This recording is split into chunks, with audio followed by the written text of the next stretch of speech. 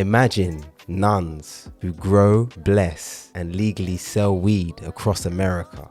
I swear down, I'm not even making this out. Meet the Sisters of the Valley, better known as the Weed Nuns. Sister Kate is the charismatic founder of Sisters of the Valley, a women-led business that crafts medicine out of cannabis. She started it in 2014, and by 2016, she was making $60,000 each month. Thing is, cannabis commerce is technically illegal in Merced County. Police cruise around and rip plants by the ton. We have to walk a very, very fine, clean line here.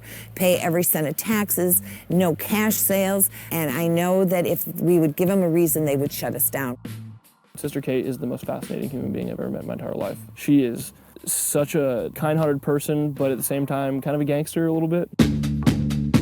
She and her cannabis crusading activist sisters aren't quote-unquote real nuns, and they don't claim to be. We are not at all patterned after Catholic nuns or the Catholic Church or affiliated in any way with a man-made or contemporary religion. We've patterned ourselves after the Beguines. The Beguines came before the first Catholic nun.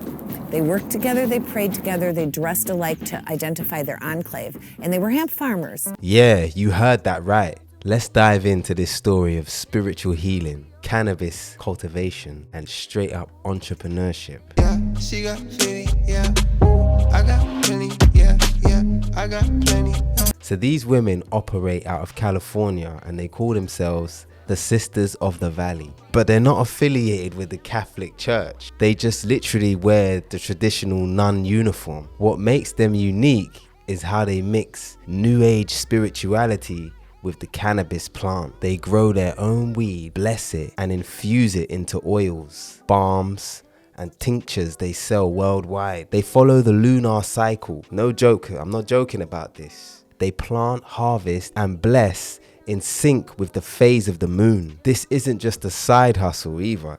They've actually turned this into a multi-million-dollar operation. Founded by Sister Kate, the Sisters of the Valley have been transparent about their business. It's all legal, grown under California's medical marijuana laws, shipped within regulation, and blessed with intention. And this should be everything that you asked for. All right, we can go buy some white blouses. Desiree, what about this one for making medicine? Oh, yeah. The ones where we splash and throw away. Women have taken the brunt of all poverty in all countries. Anywhere you see poverty, women are suffering more from it than men. This order is about making honorable jobs for women. Our Holy Trinity is spiritualism, servitude, and activism. The servitude is our medicine making, and the activism is to change the laws so that they're more equitable for everyone. They've made it perfectly clear. They don't smoke it. They pray over it, then they bless it, and then they ship it. That's their model. They believe the cannabis plant is a form of spiritual medicine, and they're putting a divine twist on the weed game. Yeah, she got plenty, yeah. I got plenty, yeah, I got plenty. Now here's where it gets interesting. They've gone viral. Instagram, TikTok.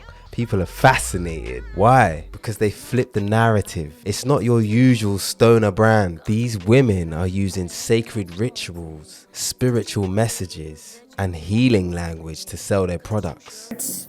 With a little prayer, and I brought some sage over, and I think I have a lighter.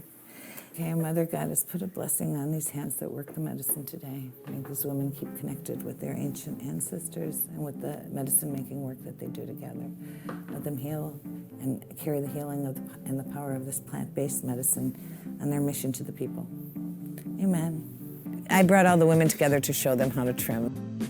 We're sort of asking the whole world, all the women, to participate in just growing the non-psychoactive cannabis and daring the law to shut us down. More than just herbs, they're tapping into something much deeper. Anti-corporate vibes, women empowerment, healing outside the system. They've become symbols of healing and rebelliousness at the same time. So what can we learn from the herb nuns, the weed nuns? They took a taboo topic, cannabis, and repackaged it with culture, belief, and branding. They're showing you how you can build a brand with values, not just products. They don't fit into anyone's box. And maybe this is exactly why they work. Look, whether you believe in the spiritual side or not, what they've built is genius. Purpose, profit, and peace. Wrapped in robes and rolling papers.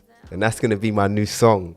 Robes and rolling papers. Let me know what you think in the comments. Is this sacred or just a savvy business model? Would you try their products? And if you like stories like this, then you already know. Hit that like and that sub button, and I'll catch you on the next episode of the Blowout Show. You know what time it is. RUBYREUBS.